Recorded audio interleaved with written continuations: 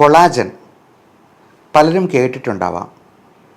നമ്മളുടെ സെലിബ്രിറ്റീസ് പലരും, സിനിമാ നടന്മാരും നടിമാരും ഒക്കെ അവരുടെ സ്കിന്നിൻ്റെ തിളക്കം വർദ്ധിപ്പിക്കാൻ, മസിൽസ് ബിൽഡ് ചെയ്യാനായിട്ട്, നമ്മുടെ ബോൺസിന് ജോയിൻസിനൊക്കെ സ്ട്രെങ്തൻ ചെയ്യാനായിട്ട് കൊളാജൻ സപ്ലിമെൻ്റ് എടുക്കുന്നതായിട്ട് ചിലപ്പോൾ കേട്ടിട്ടുണ്ടാവാം.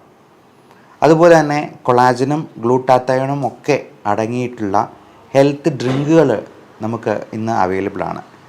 ഈ കൊളാജൻ സെലിബ്രിറ്റീസിന് മാത്രമല്ല നമുക്കും വേണമെങ്കിൽ ഉപയോഗിക്കാവുന്നതാണ്.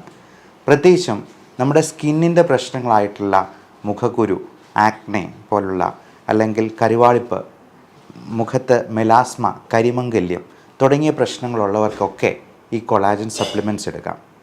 അതുപോലെ ബോൺസിൻ്റെ ജോയിൻസിൻ്റെ സ്ട്രെങ്തനിങ്ങിന് വേണ്ടി നിങ്ങൾ കൊളാജനോടൊപ്പം കോൺട്രിയോട്ടിൻ സൾഫേറ്റ്, ഗ്ലൂക്കോസമൈൻ തുടങ്ങിയ ഹയൽയൂറോണിക് ആസിഡ് തുടങ്ങിയ മറ്റ് സപ്ലിമെൻറ്റ്സും അടങ്ങിയിട്ടുള്ള ക്യാപ്സ്യൂളും നിങ്ങൾ എടുത്തു എന്ന് വരാം. നിങ്ങളുടെ ഓർത്തോപീഡീഷ്യൻ ഡോക്ടർ ചിലപ്പോൾ ഇത് സപ്ലിമെൻ്റ് ആയിട്ട് നിങ്ങൾക്ക് തന്നു എന്ന് വരാം. അപ്പോൾ ഇതിനെക്കുറിച്ച് നമ്മളൊന്ന് മനസ്സിലാക്കിയെന്നാൽ, ഏതെല്ലാം ഭക്ഷണത്തിലൂടെ നമുക്ക് ഇത് ഉൾപ്പെടുത്താൻ കഴിഞ്ഞെന്നാൽ നമുക്ക് ഈ ക്യാപ്സ്യൂൾ വില കൊടുത്ത് വാങ്ങിക്കാതെ നമുക്ക് വീട്ടിൽ നിന്ന് തന്നെ എടുക്കാനായിട്ട് പറ്റും.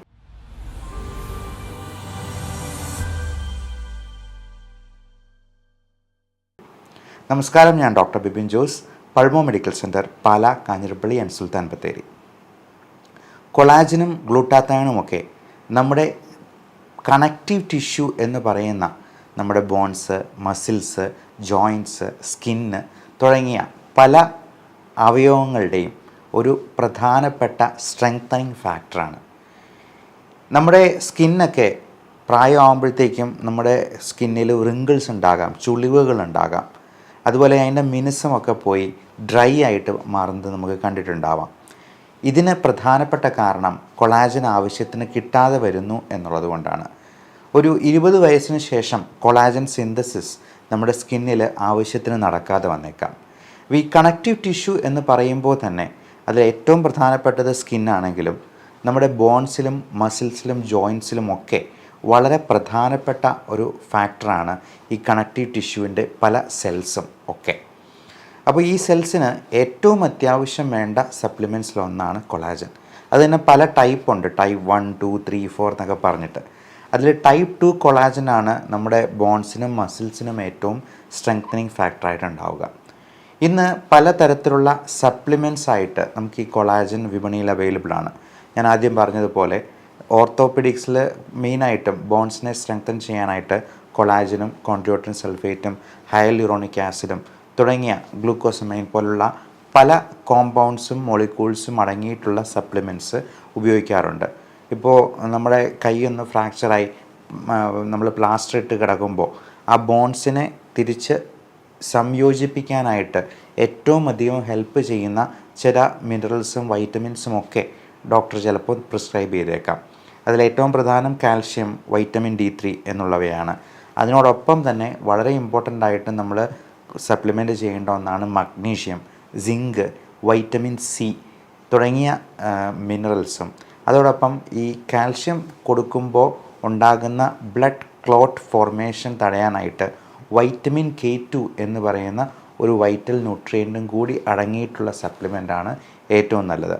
പ്രത്യേകിച്ചും കാലൊക്കെ ഒടിഞ്ഞു കിടക്കുന്ന ബെഡ് റിഡൻ പേഷ്യൻസിന് അവർ ഒരേ ആ അവസ്ഥയിൽ തന്നെ കുറേ നാളത്തേക്ക് ബെഡ് റിഡനായിട്ട് കിടക്കുമ്പോൾ ക്ലോട്ട് ഫോർമേഷൻ ഉണ്ടാകാൻ, ത്രോംബസ് ഫോർമേഷൻ ഉണ്ടാകാനായിട്ട് കൂടുതൽ കാരണമാകാറുണ്ട്.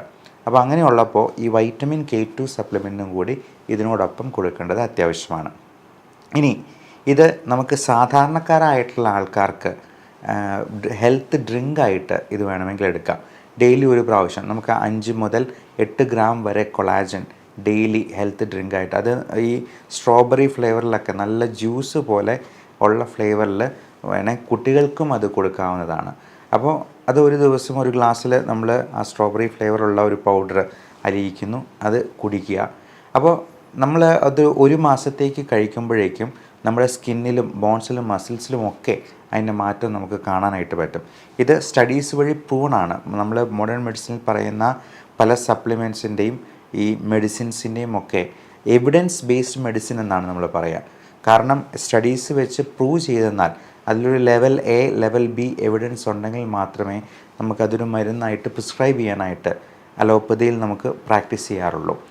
അത് ലെവൽ സി എവിഡൻസും ലെവൽ ഡി എവിഡൻസും ഒക്കെ നമുക്ക് അതൊരു എവിഡൻസ് ആയിട്ട് കണക്ക് കൂട്ടാൻ കഴിയില്ല എന്നുള്ളതുകൊണ്ട് ആയിരക്കണക്കിന് സബ്ജക്ട്സിനെ എടുത്ത് ഉള്ള സ്റ്റഡീസ് പ്രകാരമുള്ള റിസൾട്ട്സാണ് നമ്മൾ ഈ തരത്തിലുള്ള മെഡിസിൻസ് ആയിട്ട് ഉപയോഗത്തിലേക്ക് കൊണ്ടുവരിക. അപ്പോൾ ഈ കൊളാജനും ഗ്ലൂട്ടാത്തയോണും എന്ന് പറയുന്നത് നമ്മുടെ ചർമ്മത്തിന് നല്ല നിറവും കൂടി തരുന്ന, നമ്മുടെ ലിവറിൻ്റെ ടോക്സിസിറ്റി കുറയ്ക്കാനായിട്ടായിരുന്നു ആദ്യം ഈ ഗ്ലൂട്ടാത്തയോൺ എന്ന് പറയുന്ന മോളിക്കൂൾ ഉപയോഗിച്ചിരുന്നത്.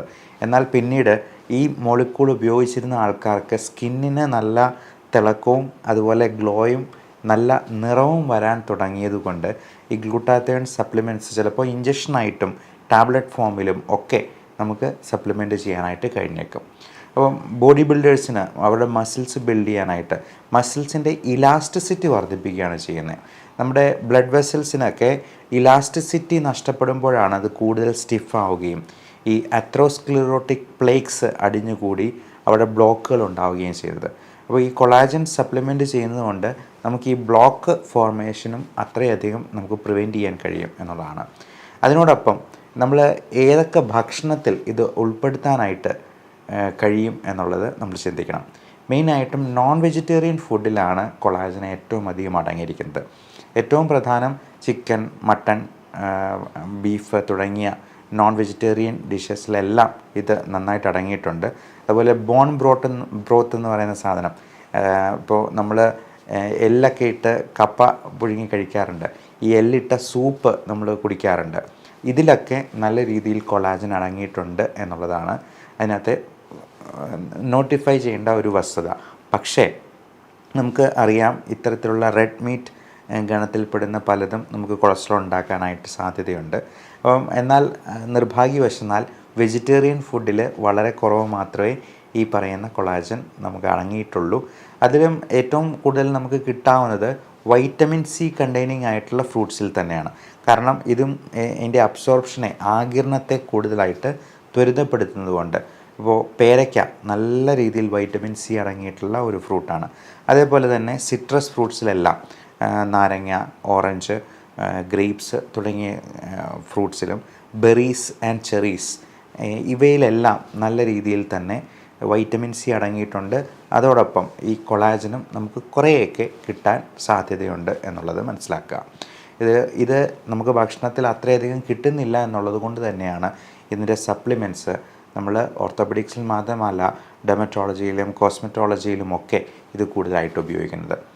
എന്നാൽ ഈ സപ്ലിമെൻറ്റ്സ് ഉപയോഗിക്കുമ്പോൾ അല്ലെങ്കിൽ ഇതിനുണ്ട് ഫുഡ് കഴിക്കുമ്പോൾ നമ്മൾ ഏറ്റവും ശ്രദ്ധിക്കേണ്ടത് ഇതിനോടുള്ള അലർജി ഡെവലപ്പ് ചെയ്യാം എന്നുള്ളതാണ്.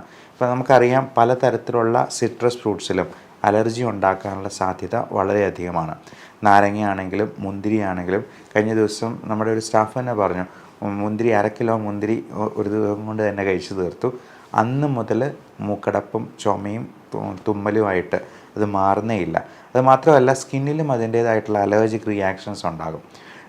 അതുകൊണ്ട് തന്നെ ഉറക്കം പോലും ഭംഗപ്പെടുത്തുന്ന ഒരു രീതി വന്നേക്കാം. അപ്പം നമുക്ക് അലർജി ഉണ്ടാകുന്ന സംഭവങ്ങൾ എന്തൊക്കെയാണെന്നുള്ളത് നമുക്ക് കൃത്യമായിട്ട് അറിഞ്ഞിരിക്കണം. അത് നമ്മൾ പണ്ട് ചെയ്തിരുന്ന പോലെ ബ്ലഡ് ടെസ്റ്റ് കാര്യങ്ങൾ കൊണ്ടല്ല, നമ്മൾ സ്കിന്നിൽ തന്നെ അലർജി ഉണ്ടാക്കുന്ന ഓരോന്നും നോട്ടിഫൈ ചെയ്ത് സ്കിന്നിൻ്റെ റിയാക്ഷൻ വെച്ചിട്ടാണ് നമ്മൾ അലർജി സ്കിൻ പ്രിക്ക് ടെസ്റ്റ് ചെയ്യുന്നത്.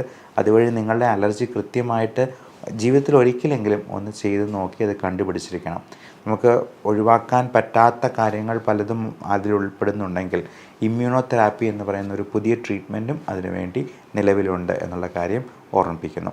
അപ്പോൾ ഈ കൊളാജനെ പറ്റിയും ഗ്ലൂട്ടാത്തയോണെ പറ്റിയും നമുക്ക് സിനിമാ നടന്മാർക്കും നടിമാർക്കും മാത്രമല്ല, നമ്മുടെ മുഖം എന്ന് പറയുന്നത് നമ്മുടെ ഐഡൻറ്റിറ്റിയാണ്. നല്ല മുഖസൗന്ദര്യവും ശരീര സൗന്ദര്യവും ഉണ്ടാകാനായിട്ട് ഇത്തരത്തിലുള്ള സപ്ലിമെൻറ്റ്സും നമുക്ക് ഭക്ഷണത്തിലും നമ്മുടെ ജീവിതചര്യയിലും ഉൾപ്പെടുത്താം.